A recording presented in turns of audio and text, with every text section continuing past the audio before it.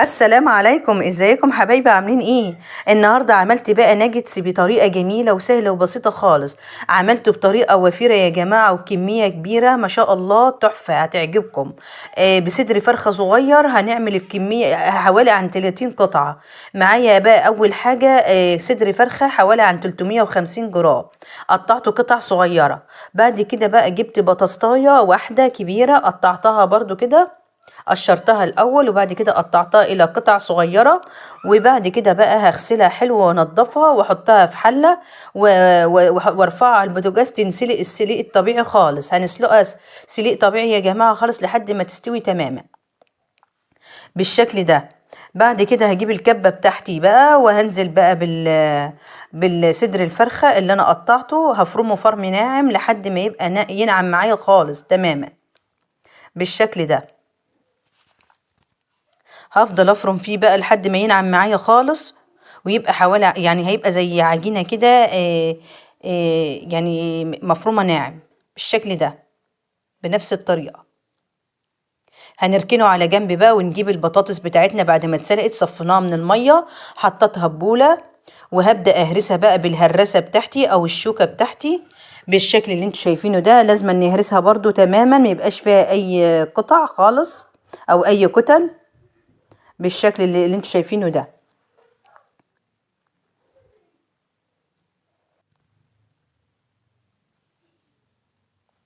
بقت معايا بالشكل اللي انتوا شايفينه ده، اتهرست تماما وبقت اكنها عجينة كده ناعمة. هسيبها تبرد تماما لحد ما يعني ما تبقاش سخنة يا جماعة، هسيبها لما تبرد شوية.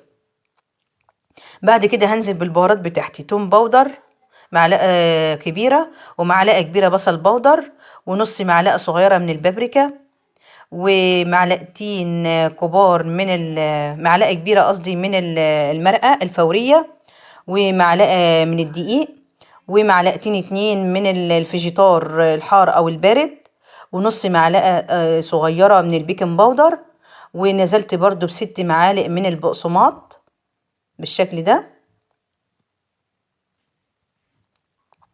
بعد كده هنزل بقى بالصدر الفرخة اللي انا فرمته، هنزل بقى على التوابل والبطاطس، كل ده هعجنه حلو كده والفها حلو بالشكل ده.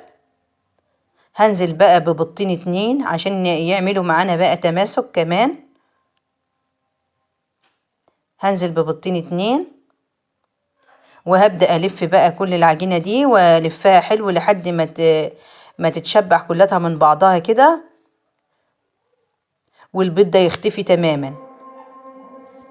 بدأت ألف حلو كده وادمج كله مع بعضه كده والفها حلو. اهم حاجه نعجنها حلو ونلفها حلو عشان تتشبع. لو لقيتوها طريه يا جماعه يعني سايبه شويه، حط لها معلقه من البقسماط. لو لقيتها يعني مش متماسكه قوي، معلقه من البقسماط. يبقى وحطيت كمان معلقه من الملح كبيره كمان اهي عشان اظبط الملح بتاعها. وكده خلاص لفتها حلو وبقت متماسكه معايا وحلوه في ايديا اهي بالشكل ده. هعملها بقى اسويها واغطي عليها بقى وادخلها التلاجة حوالي عن نص ساعة او ساعة بالكتير يعني، عشان تبقى تشرب من بعضها كده وترتاح شوية. سبتها ساعة كده وكشفت عليها وهبدأ بقى اللي انا اشتغل فيها بقى دلوقتي. هجيب بقى البقسماط بتاعتي اللي هي الخشنة دي يا جماعة، بتبقى عند العطار بتجيبيها، يعني صحنتها شوية في الكبة، تبقى نص صحنة كده. وجبت معايا مية برضو وهبدأ ابل ايدي كده واكور الكرات بتاعتي كده بتاعت النجتس، وهبدأ اشكلها بقى بايديا كده تبقى نفس الجاهزة كده وشكل واخدة الشكل بتاعي الجاهز بالطريقة دي. هنزلها في المية بقى كده وانزل في البقسماط اللي هي الخشنة دي، بتبقى بالسمك ده يا جماعة، ما ترفعهاش عن كده عشان تبقى حلو.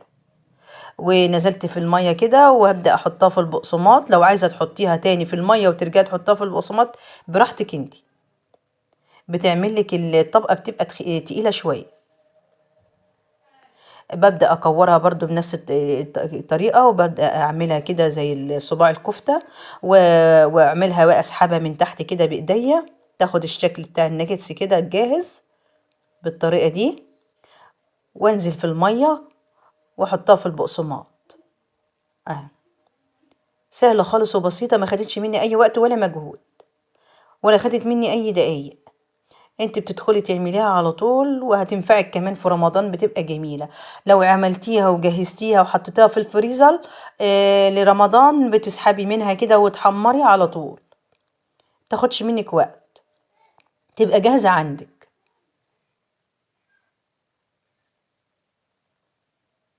عملت بنفس الطريقة كل الكمية كده، وكل يعني عملت الطريقة كلها بنفس الطريقة دي. عملت معايا كمية على فكرة جميلة، وحطيت كمان عندي كمان طبق كمان ملان، وممكن تحطيه بقى في الفريزر، ما تحمرهاش كلها. عايزة تحطي نصها حطي براحتك انت بقى، على حسب عدد الافراد اللي عندك.